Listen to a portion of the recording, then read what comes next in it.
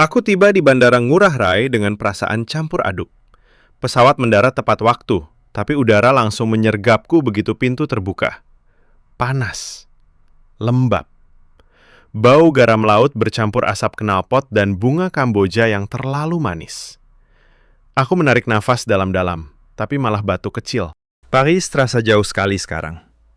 Namaku Pierre Laurent, 42 tahun. Kritikus tari di majalah seni terkemuka di Prancis. Aku sudah menulis ratusan ulasan tentang balet klasik, kontemporer, bahkan tari butoh Jepang yang ekstrim. Tapi Bali, ini pertama kalinya. Aku datang karena tugas. Redaksi ingin artikel provokatif. Apakah tari tradisional Bali masih punya jiwa? Atau sudah jadi hiburan murah untuk turis? Aku tahu jawabannya sebelum berangkat. Tentu saja sudah jadi komoditas. Semua orang tahu itu. Mobil sewaan menjemputku. Sopirnya tersenyum lebar, gigi putih berkilau. Selamat datang di Bali, Pak Pierre. Mau ke Ubud langsung? Aku mengangguk singkat. Aku tidak suka obrolan basa-basi. Sepanjang jalan, aku melihat pemandangan yang sudah ku kenal dari foto-foto Instagram. Sawah hijau bertingkat, pura kecil di pinggir jalan. Patung dewa-dewi berwajah seram. Tapi di antara itu semua, motor-motor melaju kencang, klakson berbunyi tanpa henti. Lalu lintas kacau. Aku menggelengkan kepala. Bagaimana orang bisa hidup tenang di sini? Di hotel butik di pinggir sawah, aku langsung mandi. Air dingin menyegarkan kulit yang lengket. Dari balkon, aku melihat matahari terbenam jingga di atas gunung. Cantik memang. Tapi aku tidak datang untuk liburan. Malam ini ada pertunjukan kecak di tepi tebing. Aku harus melihat sendiri atraksi turis itu. Aku tiba di lokasi saat senja. Ratusan turis sudah duduk melingkar di batu. Bau minyak kelapa dan keringat bercampur. Lampu sorot menyala. Tiba-tiba, puluhan pria tanpa baju atas, hanya mengenakan kain kotak-kotak hitam putih, duduk rapat. Mereka mulai bernyanyi. Cak, cak, cak. Suara mereka bergema seperti ombak. Ritme cepat, hipnotis. Aku mencatat di buku kecil. Efek suara repetitif mirip teknik minimalis barat, tapi tanpa inovasi. Lalu penari masuk. Seorang pria berpakaian seperti monyet, gerakannya lincah. Kisah Ramayana versi Bali. Api unggun dinyalakan di tengah. Cahaya oran menari di wajah para penari. Gerakan mereka tajam, mata melotot, jari-jari melengkung sempurna. Aku harus akui, koordinasi mereka luar biasa. Tapi terlalu teatrikal. Terlalu dirancang untuk penonton. Setiap gerakan seolah menunggu tepuk tangan. Aku menulis lagi. Tari ini lebih mirip pertunjukan kabaret daripada seni suci. Setelah selesai, turis bertepuk tangan riuh. Banyak yang memotret. Aku berdiri, meregangkan punggung. Keringat menetes di punggungku meski malam sudah dingin. Seorang gadis muda mendekat, membawa brosur. Mau ikut kelas tari legong besok pagi, Pak? Privat, hanya untuk tamu spesial. Aku hampir menolak. Tapi deadline artikel tinggal 5 hari lagi. Mungkin aku perlu bahan lebih dalam. Berapa lama kelasnya? Tanyaku.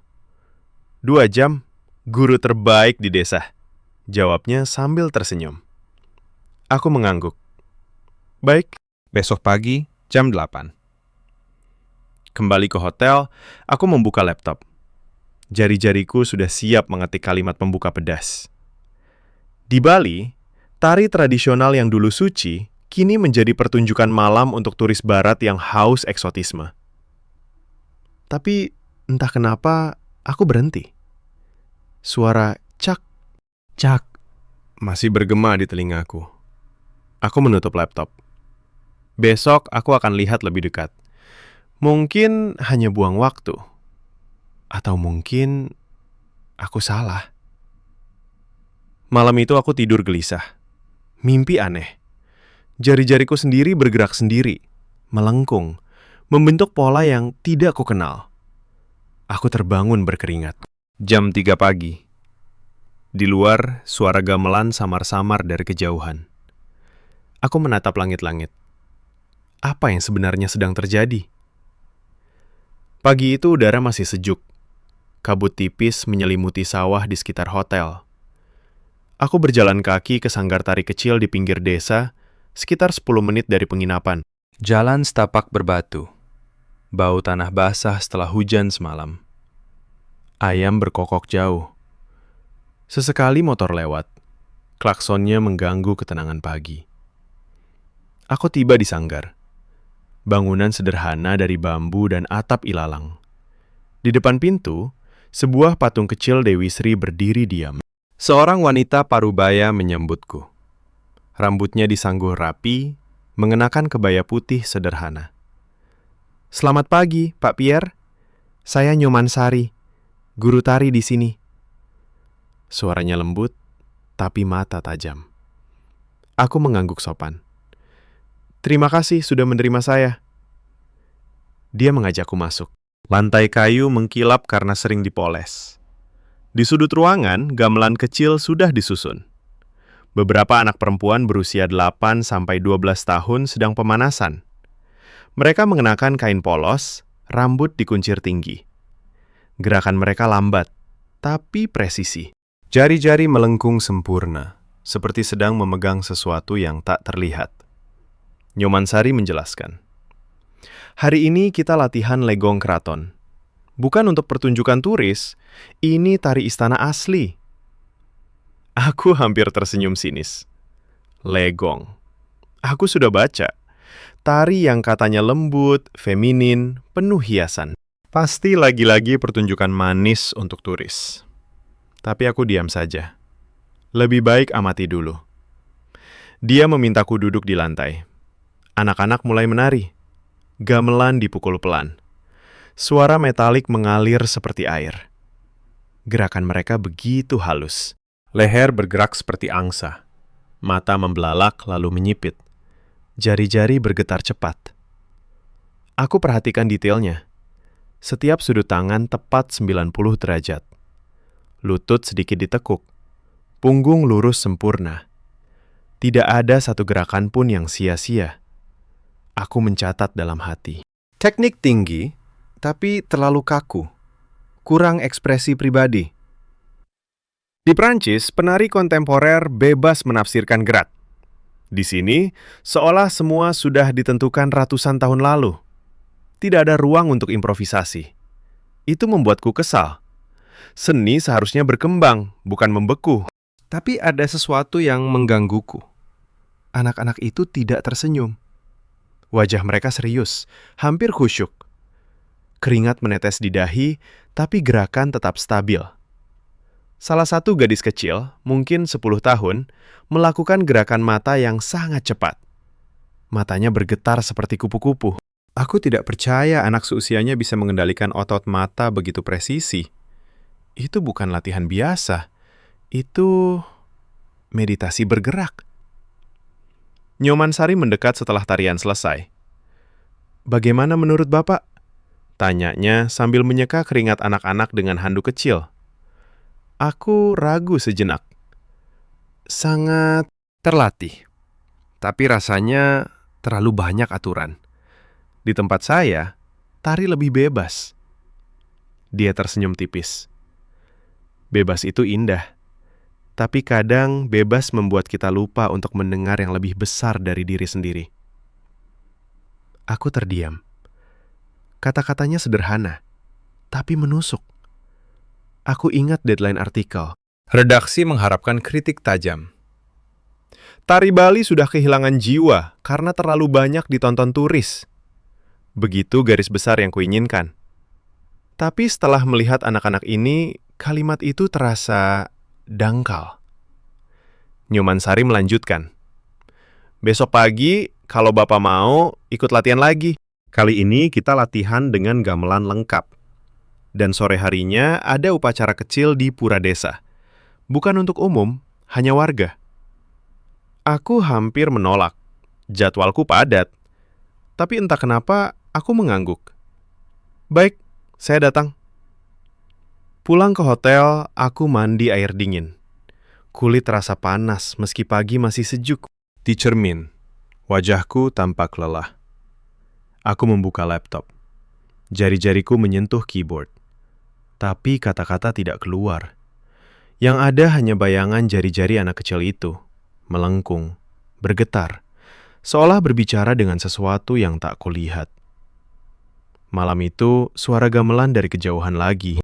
Kali ini lebih jelas, seperti panggilan. Aku menutup jendela, tapi suara tetap masuk. Aku berbaring.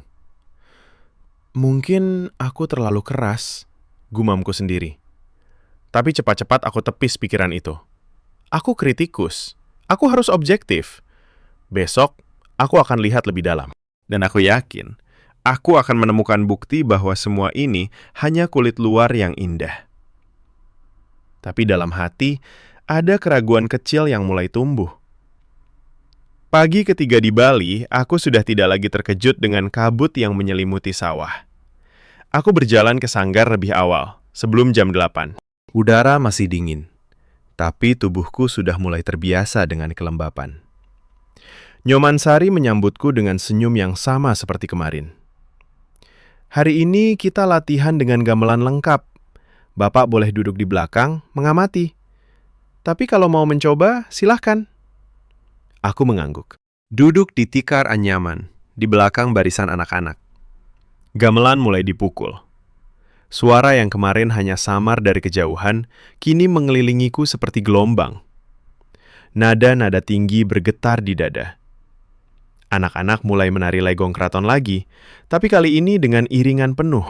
Gerakan mereka semakin dalam. Bukan hanya tangan dan mata, tapi seluruh tubuh seolah bernapas bersama musik. Aku memperhatikan satu gadis kecil yang kemarin membuatku terkesan dengan gerakan mata. Hari ini, saat dia melakukan niggle, gerakan pinggul yang halus, aku melihat betapa setiap ototnya terkendali. Tidak ada yang berlebihan. Tidak ada yang dibuat-buat.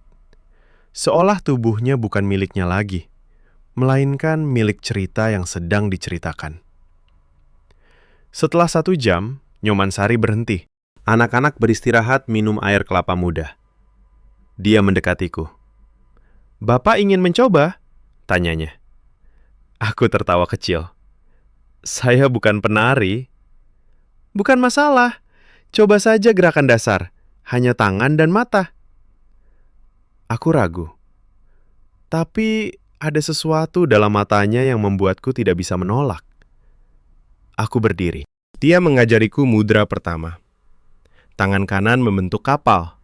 Jari telunjuk dan jempol menyentuh. Yang lain melengkung. Lalu gerakan mata.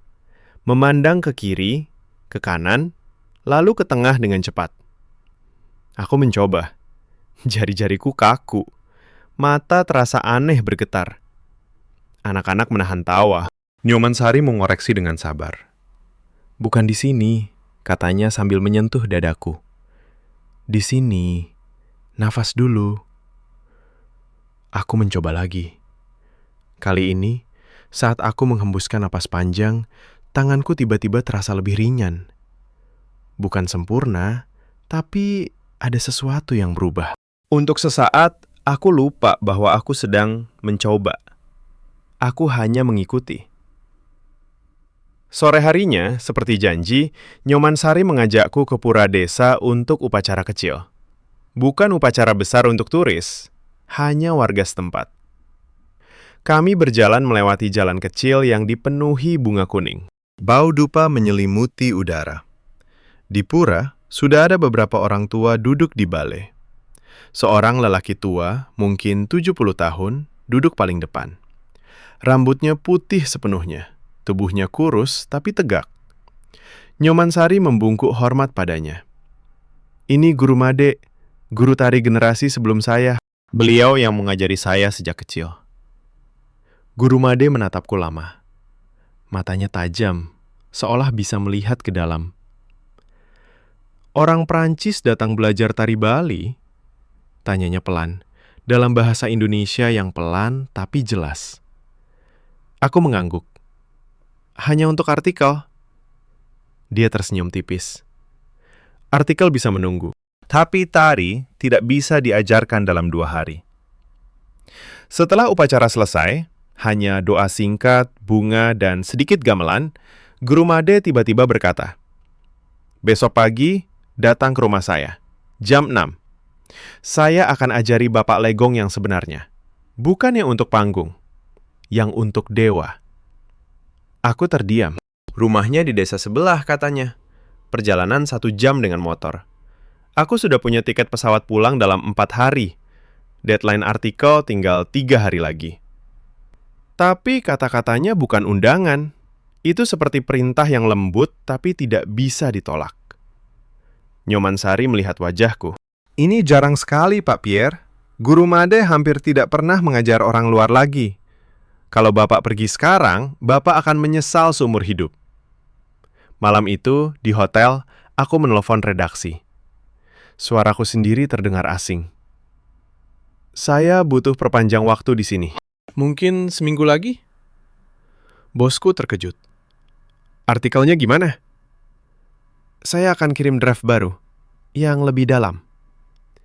Dia setuju, tapi dengan nada curiga. Aku menutup telepon, duduk di balkon. Bulan purnama menerangi sawah. Jari-jariku tanpa sadar membentuk mudra yang diajarkan tadi pagi. Lengkung, getar. Seolah tanganku sendiri sedang mencoba berbicara dengan sesuatu yang lebih besar. Aku tidak tahu apa yang sedang terjadi. Tapi untuk pertama kalinya, aku tidak ingin pulang cepat-cepat. Jam 5 pagi aku sudah bangun. Motor pinjaman dari Nyoman Sari menunggu di depan hotel. Aku mengendarai sendiri, mengikuti petunjuk sederhana yang dia berikan semalam. Lewat sawah, belok kiri di pura kecil, lalu naik bukit. Jalan masih gelap, hanya lampu motor yang menerangi kabut. Udara dingin menusuk tulang. Aku menggigil, tapi bukan karena dingin saja.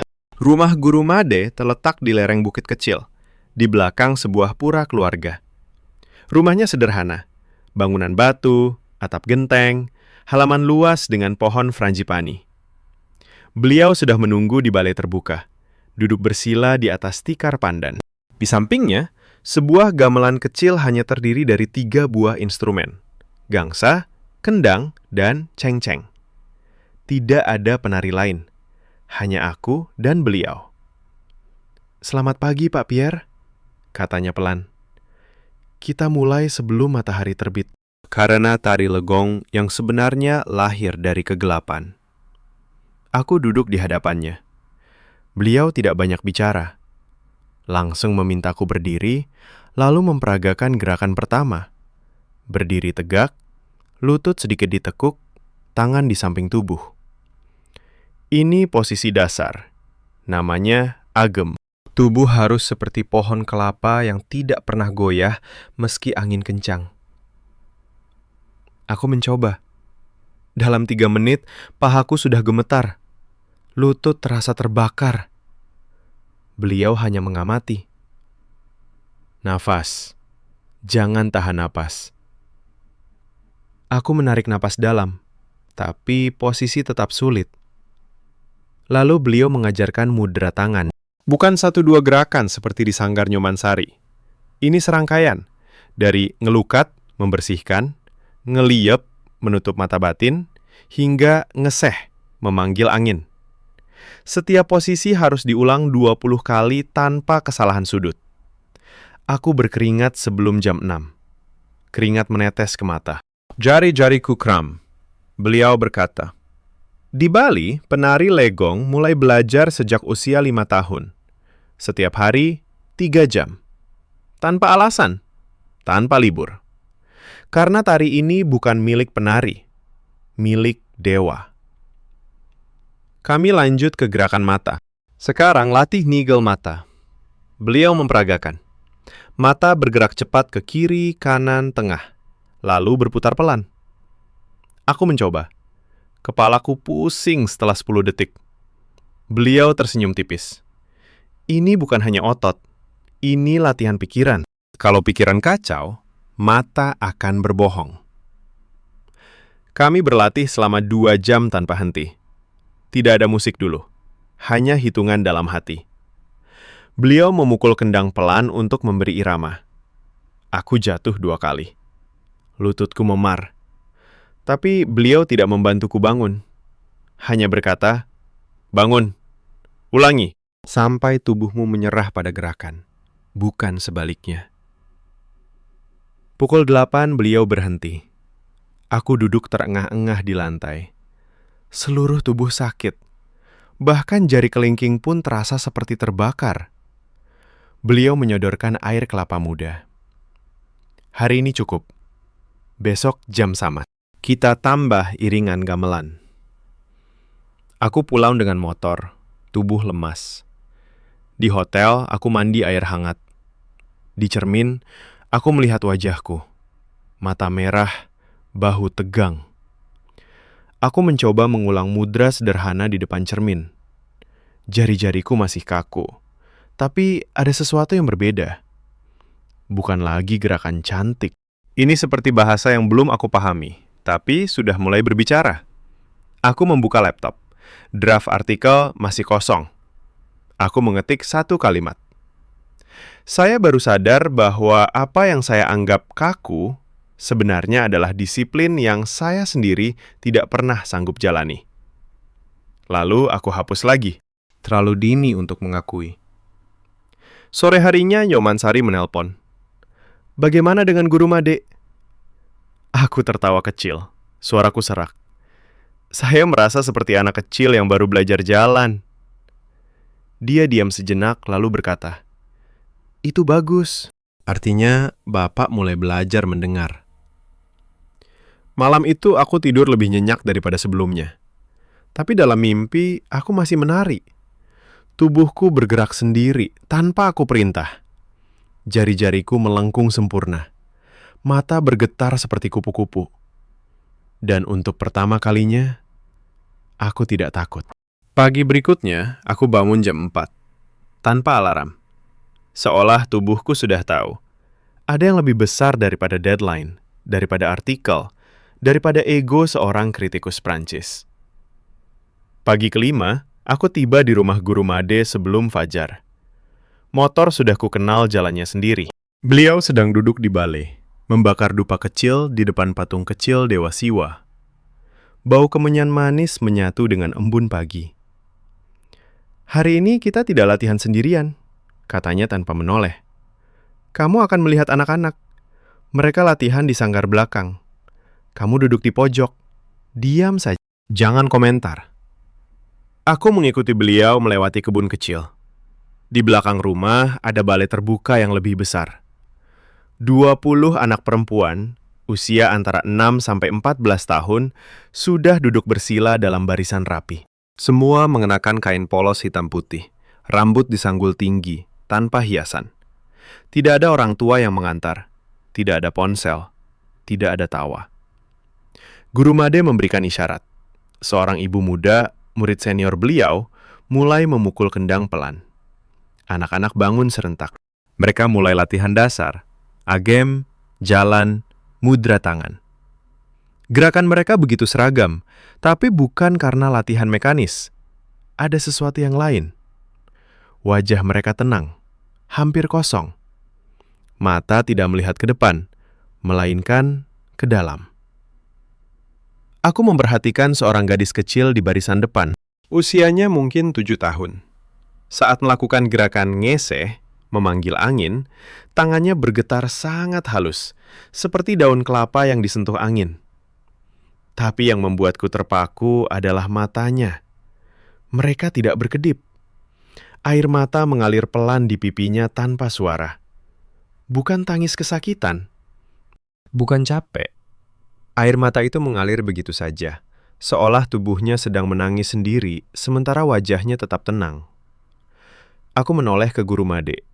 Beliau mengangguk kecil, seolah tahu pertanyaanku. Setelah 1 jam, latihan berhenti. Anak-anak duduk lagi. Guru Made berjalan di antara mereka, menyentuh kepala satu persatu dengan ujung jari. Ketika beliau sampai di gadis kecil yang menangis tadi, beliau berbisik sesuatu. Gadis itu mengangguk, lalu tersenyum tipis. Senyum pertama yang kulihat pagi ini. Setelah anak-anak pulang, aku bertanya pelan. Anak itu kenapa menangis? Guru Made duduk di hadapanku. Dia bukan menangis. Dia sedang bertemu dengan ibunya yang sudah meninggal 3 tahun lalu. Ibu itu dulu penari legong terbaik di desa ini. Setiap kali gadis kecil itu melakukan gerakan yang ibunya ajarkan, roh ibunya datang. Air mata itu bukan miliknya. Itu milik ibunya yang bahagia melihat anaknya menari. Aku terdiam lama. Anda percaya itu? Beliau tersenyum tipis. Bukan percaya atau tidak percaya, Pak Pierre. Ini terjadi setiap minggu. Kadang anak lain juga. Ada yang bertemu neneknya, ada yang bertemu dewa kecil di pura keluarga. Tari ini bukan hanya gerakan, ini pintu. Kalau kamu latihan dengan benar, pintu itu terbuka. Tubuhmu menjadi rumah bagi yang sudah tiada, atau bagi yang lebih besar dari manusia. Aku merasa tenggorokanku kering. Di Prancis, kami bilang itu psikologis. Proyeksi. Trauma. Beliau menggeleng pelan. Kalau begitu, kenapa air matanya berhenti tepat saat gerakan selesai? Kenapa dia tersenyum setelahnya? Bukan psikologis, Pak Pierre. Ini bahasa. Bahasa yang lebih tua dari kata-kata. Malam harinya aku duduk di balkon hotel. Laptop terbuka, tapi aku tidak mengetik apa-apa. Aku hanya menatap jari-jariku sendiri. Aku mencoba mengulang mudra nyeseh. Tangan bergetar pelan. Tidak ada air mata, tidak ada roh. Tapi ada rasa kosong yang aneh. Seolah aku sedang menunggu sesuatu yang belum datang. Aku ingat wajah gadis kecil itu. Air mata yang mengalir tanpa suara. Dan aku sadar, selama ini aku salah besar. Aku mengira tari Bali adalah pertunjukan. Padahal ini bukan pertunjukan. Ini doa. Doa yang dilakukan dengan seluruh tubuh. Dan anak-anak itu sudah tahu caranya sejak kecil. Besok pagi aku akan kembali ke rumah Guru Made. Kali ini bukan untuk belajar gerakan. Aku ingin belajar mendengar. Pagi ke-6, Guru Made tidak menyuruhku latihan gerakan. Beliau hanya berkata, "Hari ini kamu ikut upacara di pura keluarga, bukan sebagai penonton. Kamu ikut menari. Hanya gerakan dasar yang sudah kamu pelajari." Aku terkejut. Saya? Tapi saya belum siap. Beliau menggeleng. Tidak ada yang pernah siap. Yang ada hanya bersedia atau tidak. Kami berjalan kaki ke pura kecil di belakang rumahnya. Pura itu hanya untuk keluarga besar. 10 orang dewasa, 3 anak kecil, dan seorang ibu tua yang sudah tidak bisa berjalan, duduk di kursi bambu. Tidak ada turis, tidak ada kamera, hanya bunga, dupa, dan 1 buah gamelan kecil yang dibawa oleh 2 pemuda. Upacaranya sederhana, memperingati hari kelahiran seorang leluhur yang dulu penari legong di pura ini.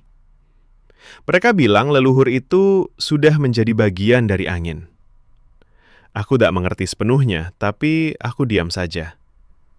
Guru Made memakaiku kain polos hitam putih, sama seperti anak-anak kemarin. Gerakanmu tidak boleh lebih dari apa yang kamu tahu. Kalau salah, tidak apa. Yang penting niatmu ikhlas. Gamelan mulai dipukul. Irama lambat, hampir seperti detak jantung.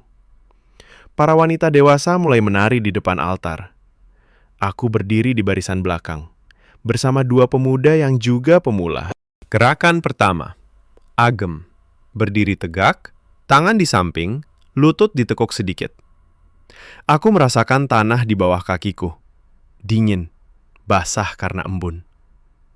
Lalu gerakan kedua. Tangan naik perlahan, membentuk mudra memanggil. Jari-jariku masih kaku, tapi kali ini aku tidak memaksa. Aku hanya mengikuti napas. Tarik napas, tangan naik. hembus, tangan melengkung. Untuk pertama kalinya, aku merasakan tubuhku bukan lagi milikku sepenuhnya. Seolah ada ruang kosong di antara tulang-tulangku yang tiba-tiba diisi oleh sesuatu yang lebih ringan. Irama semakin cepat. Para penari di depan melakukan niggle. Pinggul bergerak halus, mata bergetar. Aku tetap di gerakan dasar. Tapi entah kenapa, aku mulai merasakan getaran itu sampai ke tulang belakang. Bukan capek, bukan sakit. Lebih seperti getaran doa. Aku menutup mata sebentar. Saat membukanya lagi, aku melihat asap dupa naik ke langit pagi. Dan entah kenapa, gerakanku ikut naik bersama asap itu. Jari-jariku bergetar sendiri. Bukan karena latihan, karena sesuatu di dalam diriku yang tiba-tiba ingin keluar. Upacara berlangsung hampir 1 jam. Tidak ada tepuk tangan, tidak ada sorak. Setelah selesai, semua duduk diam, bernapas bersama. Ibu tua di kursi bambu menangis pelan. Bukan sedih. Air matanya sama seperti gadis kecil kemarin, mengalir tanpa suara. Guru Made mendekatiku setelahnya. "Kamu merasakannya?" tanyanya. Aku mengangguk. Suaraku serak. Seperti doa. Bukan gerakan, doa. Beliau tersenyum. Itu sebabnya kami menari. Karena kata-kata tidak cukup. Tubuh lebih jujur. Kami pulang dalam diam. Di sepanjang jalan, aku merasakan kaki-kakiku masih berdenyut mengikuti irama gamelan yang sudah berhenti. Di hotel, aku mandi. Tapi bau kemenyan masih menempel di kulit. Aku duduk di lantai kamar, mencoba mengulang gerakan memanggil tadi. Kali ini tanganku tidak kaku lagi. Ia bergerak seolah punya ingatan sendiri. Aku membuka laptop. Draft artikel masih kosong. Aku mengetik 1 kalimat baru. Aku baru mengerti bahwa apa yang saya sebut kaku sebenarnya adalah ketundukan. Dan ketundukan itu lebih indah daripada kebebasan yang saya puja selama ini. Aku tidak hapus kalimat itu. Untuk pertama kalinya, aku membiarkannya ada. Malam itu, suara gamelan dari pura kecil masih terdengar samar di kejauhan. Aku tidak menutup jendela. Aku membiarkan suara itu masuk. Dan untuk pertama kalinya, aku tidak merasa sendiri. Besok deadline artikel tinggal 2 hari. Aku harus memutuskan. Menulis apa yang redaksi inginkan, atau menulis apa yang sekarang aku tahu. Pagi ke-7. Aku bangun jam 4, sebelum azan subuh terdengar dari masjid kecil di desa bawah. Laptop sudah terbuka di meja sejak semalam. Draft artikel masih kosong, kecuali 1 kalimat yang aku tulis kemarin malam dan tidak berani hapus. Aku baru mengerti bahwa apa yang saya sebut kaku sebenarnya adalah ketundukan. Redaksi mengirim email pukul 23.17 waktu Paris. Artinya pukul 5.17 di sini. Subjek. Deadline artikel Bali, 48 jam lagi. Kami butuh draft final besok malam. Judul provokatif sudah kami siapkan. Bali yang hilang. Ketika tari suci menjadi souvenir.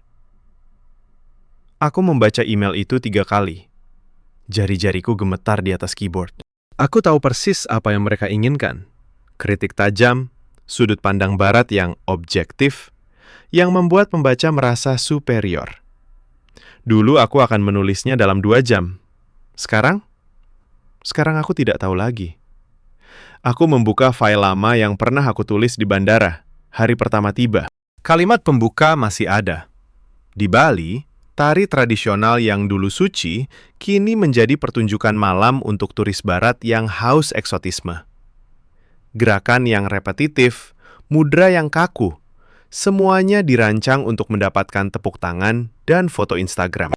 Jiwa tari itu sudah mati, digantikan oleh bisnis. Aku copy-paste kalimat itu ke draft baru. Lalu aku tambah. Penari anak-anak dilatih seperti robot. Gerakan yang sama diulang ribuan kali hingga kehilangan makna. Upacara yang dulu sakral kini dipentaskan untuk uang. Ini bukan seni, ini komoditas. Aku berhenti. Tangan kananku tanpa sadar membentuk mudra nyeseh, memanggil angin. Jari telunjuk dan jempol menyentuh, yang lain melengkung. Getaran kecil muncul di ujung jari. Aku melihat wajah gadis kecil yang menangis tanpa suara. Aku melihat air mata ibu tua di pura keluarga. Aku mendengar suara guru Made. Ini bukan pertunjukan. Ini doa. Aku menghapus seluruh paragraf itu. Kosong lagi. Aku mencoba menulis yang baru, yang jujur menurut redaksi. Namun di balik kemasan turis, masih ada sisa-sisa keaslian. Beberapa guru tua masih mengajarkan tari dengan disiplin keras, tapi jumlah mereka semakin sedikit. Pariwisata telah merusak. Lagi-lagi aku berhenti. Kata merusak terasa salah. Pariwisata memang ada, tapi yang aku lihat di pura kecil itu bukan rusak. Itu masih utuh. Malah aku yang selama ini rusak. Rusak oleh kebiasaan menilai segala sesuatu dari jarak aman, dari kursi penonton. Jam menunjukkan pukul 6 pagi. Aku harus ke rumah guru Made 1 jam lagi. Hari ini beliau bilang akan mengajarkan gerakan puncak legong. Puspa, bunga yang mekar. Gerakan yang katanya hanya bisa dilakukan kalau hati sudah benar-benar kosong. Aku menutup laptop, berdiri di balkon. Sawah masih berkabut. Aku mencoba melakukan agem di tempat. Lutut ditekuk, punggung lurus, tangan di samping. Pahaku langsung gemetar. Tapi kali ini aku tidak melawan. Aku membiarkan gemetar itu ada. Seperti membiarkan keraguan ada. Telepon berdering. Bosku. Aku angkat dengan suara serak. Pierre, draftnya sudah? Kami mau lihat outline dulu. Aku diam lama. Saya sedang menulis ulang total. Dia tertawa kecil. Bagus. Semakin provokatif, semakin bagus. Ingat, kita butuh kontroversi. Pembaca suka itu. Aku menutup telepon. Dadaku sesak. Aku membayangkan artikel itu terbit. Judul besar, foto kecak yang dramatis, kutipan Kitu yang sinis. Teman-teman di Paris akan memuji. Pierre lagi-lagi berani. Karirku aman. Tapi aku tahu, aku akan kehilangan sesuatu yang baru saja aku temukan. Aku berpakaian, naik motor. Di tengah jalan, aku berhenti di pinggir sawah. Turun, duduk di tanah basah. Aku menutup mata.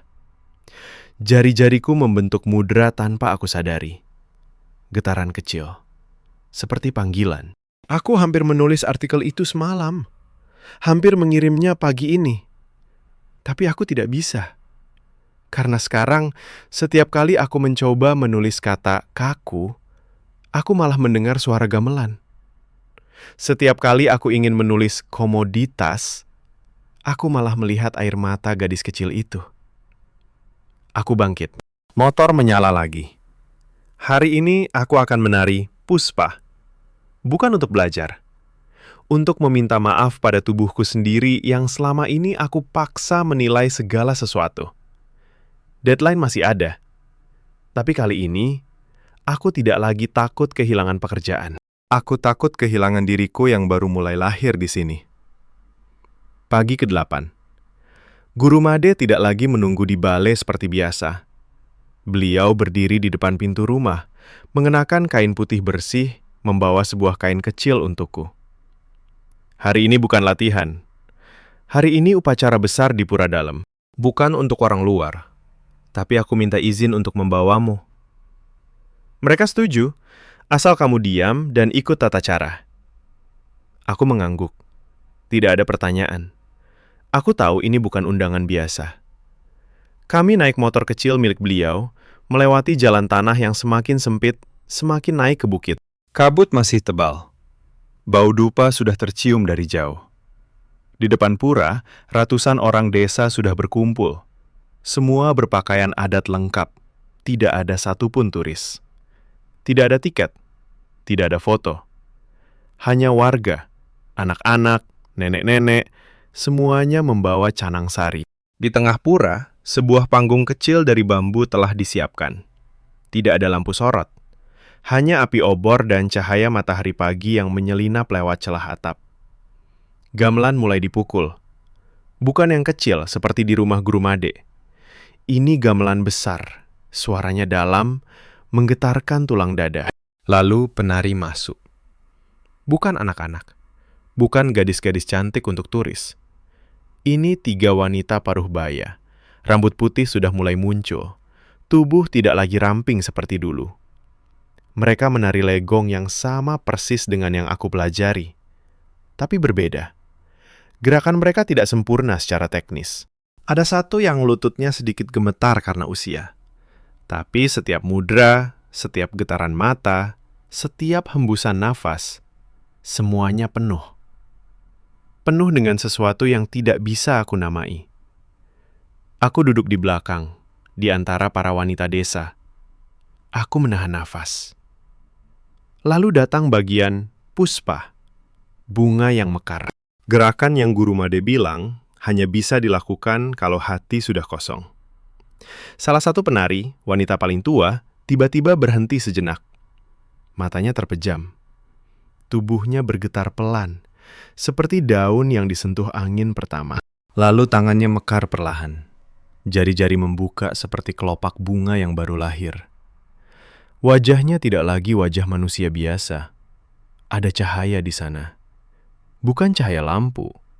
Cahaya dari dalam. Aku merasakannya di dada. Seperti ada tangan tak terlihat yang meremas pelan jantungku. Air mata mengalir di pipiku tanpa aku sadari. Bukan sedih. Bukan haru. Ini penyerahan. Tubuhku ingin ikut bergerak. Tapi aku tidak berani. Aku hanya duduk, menangis diam-diam. Sementara gamelan semakin keras, semakin dalam. Pada saat itu, aku mengerti. Bukan tentang teknik. Bukan tentang keindahan. Bukan tentang seni yang tinggi atau rendah. Ini tentang menyerah. Menyerahkan ego yang selama ini aku pelihara dengan bangga sebagai kritikus. Menyerahkan keinginan untuk selalu benar, selalu lebih pintar, selalu menilai dari luar. Di sini, penari tua itu tidak menari untuk dirinya sendiri. Ia menari untuk leluhur, untuk dewa, untuk angin, untuk sawah yang memberi makan desa ini. Ia menghilang, dan dalam menghilang itu, ia menjadi paling hidup. Aku menutup mata. Dalam kegelapan, aku melihat diriku sendiri di Paris. Duduk di teater mewah, menulis catatan pedas tentang penari kontemporer yang terlalu ego. Padahal aku sendiri yang paling ego. Aku yang selalu ingin menjadi pusat. Pusat perhatian, pusat penilaian, pusat kebenaran. Sekarang aku mengerti kenapa anak kecil itu menangis tanpa suara. Kenapa ibu tua di pura keluarga meneteskan air mata. Karena pada saat tubuh bergerak benar-benar, jiwa yang lebih besar masuk. Dan ego kita, yang kecil, yang ribut, yang selalu ingin komentar, harus pergi. Upacara selesai. Orang-orang bangkit pelan. Tidak ada tepuk tangan. Hanya doa bersama. Guru Made menyentuh bahuku. "Kamu menangis," katanya pelan.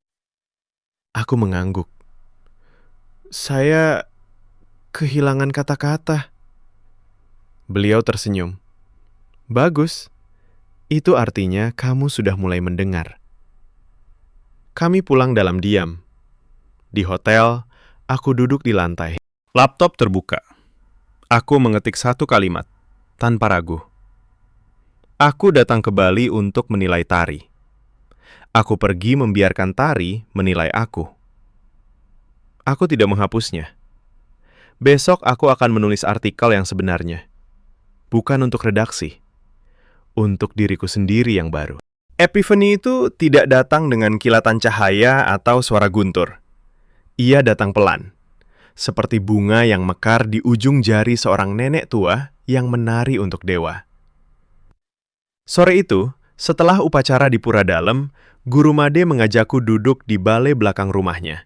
Matahari sudah condong ke barat. Cahaya jingga menyentuh daun-daun frangipani. Beliau menyeduh teh jahe panas, meletakkan 2 gelas kecil di antara kami.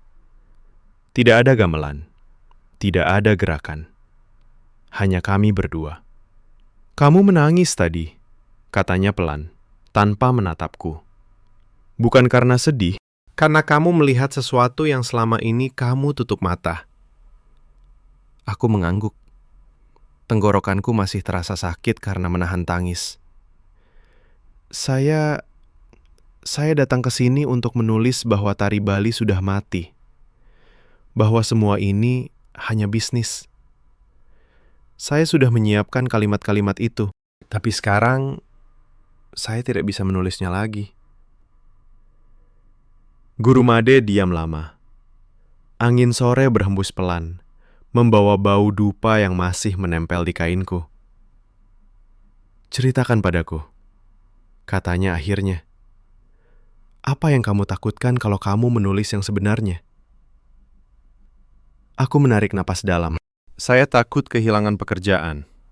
Saya takut teman-teman di Paris bilang saya sudah tergila-gila dengan Timur. Saya takut dianggap lemah karena tidak lagi menilai dengan tajam.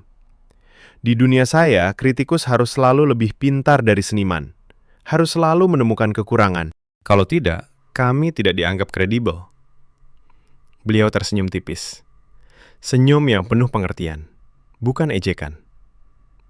Di Bali, kami tidak punya kata kritikus. Kami punya kata penari. Dan penari yang baik adalah yang bisa menghilang. Kalau penari masih ingat saya, maka gerakannya akan bohong. Ego itu seperti kabut di pagi hari. Indah, tapi menutupi matahari. Aku menatap gelas teh di tanganku. Saya selama ini hidup dengan ego itu. Saya pikir kebebasan adalah menciptakan sesuatu yang baru, yang belum pernah ada. Saya pikir seni harus selalu berkembang, selalu berubah. Tapi di sini, kalian menari gerakan yang sama selama ratusan tahun. Dan kalian tidak merasa kehilangan apa-apa. Guru Made mengangguk. Karena kami tidak menari untuk diri sendiri. Kami menari untuk yang lebih besar. Untuk leluhur yang sudah tiada. Untuk dewa yang tidak pernah mati. Untuk sawah yang memberi makan anak cucu kami. Di barat, kalian menyembah aku. Di sini, kami belajar membiarkan aku pergi. Itu bukan kekalahan. Itu kebebasan yang lebih dalam. Aku merasa dadaku sesak lagi. Jadi, seni yang sebenarnya bukan tentang kreativitas pribadi. Bukan, jawabnya lembut. Seni yang sebenarnya adalah menjadi saluran. Seperti sungai yang mengalir.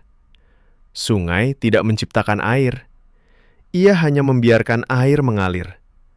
Kalau sungai ingin kreatif, ia akan membendung dirinya sendiri.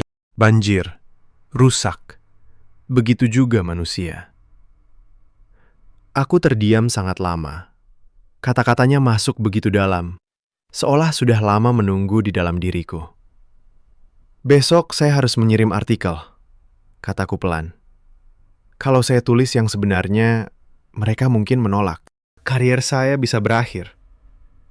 Guru Made meletakkan tangannya di bahuku. Tangan tua, kasar karena puluhan tahun memegang kendang. Kalau kamu menulis bohong, tubuhmu akan tahu. Gerakanmu akan bohong selamanya. Pilih saja, Pia. Mau jadi penari yang menghilang, atau kritikus yang selalu terlihat? Malam mulai turun. Bintang pertama muncul di langit Bali yang jernih. Aku bangkit, membungkuk hormat seperti yang diajarkan anak-anak di sanggar. Untuk pertama kalinya, aku tidak merasa canggung melakukannya. Saya pulang ke hotel dengan hati yang lebih ringan daripada sebelumnya. Besok pagi, saya akan menulis. Bukan untuk redaksi, bukan untuk karir. Saya akan menulis untuk gadis kecil yang menangis tanpa suara. Untuk nenek tua yang menari puspa. untuk sungai yang membiarkan air mengalir. Universal truth itu tidak lagi abstrak. Ia sudah ada di dalam tulangku. Pagi ke-10. Aku bangun jam 3 pagi, sebelum ayam berkokok. Laptop terbuka di meja kecil balkon. Layar menyala putih di kegelapan. Aku mengetik judul baru, tanpa ragu. Di Bali, aku belajar menghilang, ketika tari menjadi doa yang hidup. Lalu aku menulis, bukan dengan kemarahan, bukan dengan sindiran. Aku menulis dengan jari-jari yang masih ingat mudra puspa. Aku ceritakan semuanya. Tentang anak kecil yang menangis tanpa suara karena bertemu ibunya. Tentang nenek tua yang menari bunga mekar dengan tubuh yang sudah rapuh, tapi jiwa yang lebih utuh daripada siapapun di teater mewah Paris. Tentang guru Made yang bilang, seni yang sebenarnya adalah menjadi saluran, bukan menjadi pusat.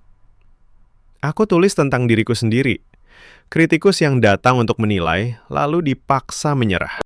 Aku tulis bahwa selama ini aku salah besar. Aku mengira kebebasan adalah menciptakan sesuatu yang baru. Padahal kebebasan yang lebih dalam adalah membiarkan sesuatu yang lebih besar mengalir lewat kita. Aku tulis bahwa tari Bali tidak mati. Justru kami yang mati di dalam diri kami sendiri, karena terlalu sibuk menjadi aku. Aku kirim email itu pukul 5 pagi waktu Bali, pukul 11 malam di Paris.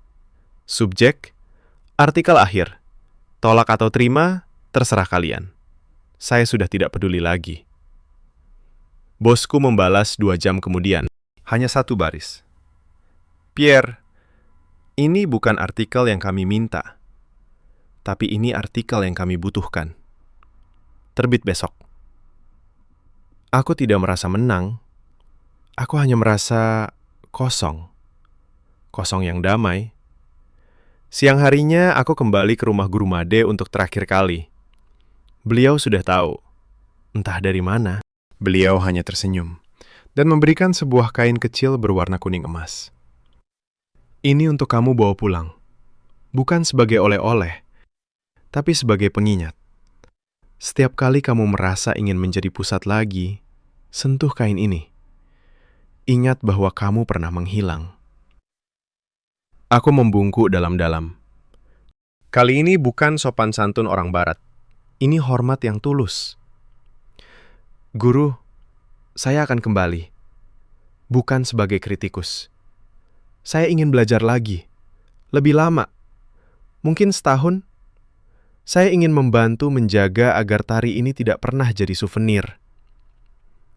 Beliau mengangguk. Pintu selalu terbuka. Tapi ingat, kamu harus datang dengan hati kosong. Bukan dengan karir, bukan dengan nama, bukan dengan artikel. Malam terakhir di Bali, aku duduk di tepi sawah. Bulan purnama besar. Aku melakukan agem di tempat. Lutut ditekuk, punggung lurus, tangan di samping. Tubuhku tidak gemetar lagi. Ia tenang. Jari-jariku membentuk mudra terakhir yang Guru Made ajarkan. Ngelukat. Membersihkan. Getaran kecil muncul di ujung jari. Kali ini bukan panggilan. Ini ucapan terima kasih. Aku pulang ke Paris dengan tas yang lebih ringan. Artikel itu menjadi viral.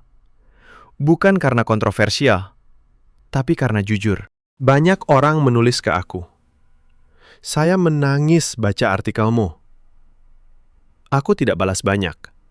Aku hanya balas 1 kalimat yang sama. Jangan percaya kata-kataku. Datanglah ke Bali.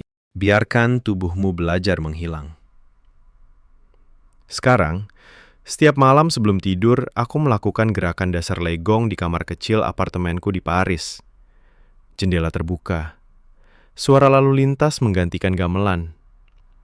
Tapi di dalam dada, iramanya masih ada. Aku tidak lagi menjadi kritikus yang sama.